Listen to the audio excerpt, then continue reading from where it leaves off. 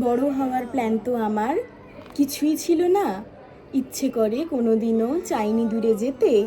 মেসের খাবার মুখে দিলে আজও আমি কাঁদি। ইচ্ছে করে তোমার হাতের আদর ভরে খেতে। ছোটবেলায় কার্টুন ছাড়া শুধুই ছিলে তুমি। তোমায় নিয়েই ব্যস্ত ছিল আমার জগৎ পুরো। কখন যেসব বদলে গেল বুঝতে পারিনি মা। বলতে পারো কেন আমি হলাম এত বুড়ো। মন ভাঙলে তোমার কোলে বানিয়ে নিতাম ঘর। নালিশ করে ফাটিয়ে দিতাম হালকা হতো মন।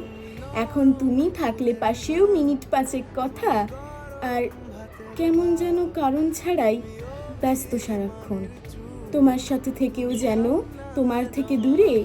ফোনের নেশা আজকে আমার তোমার থেকেও বেশি। আর এক সময় তোমার পাশে থাকবে বেশি কে, সেই নিয়ে বোনের সাথে চলতো রেষারেষি। বড় হওয়ার নেশায় তোমায় সরিয়ে দিলাম দূরে। ভাবছি এখন সবটা নিজেই সামলে নিতে পারি।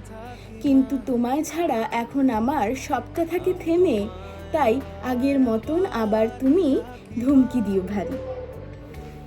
সমস্ত দিনই মাদার্স ডের সমান। তাই মায়েদের জন্য আলাদা করে কোনো দিন কি সত্যিই হয়? যদি না, তাহলে আমাকে অবশ্যই আপনাদের মতামত কমেন্টে জানান এবং আমার লেখা আজকের এই কবিতাটি আপনাদের সকলের কেমন লাগলো সেটাও জানাতে ভুলবেন না কিন্তু। Thank you.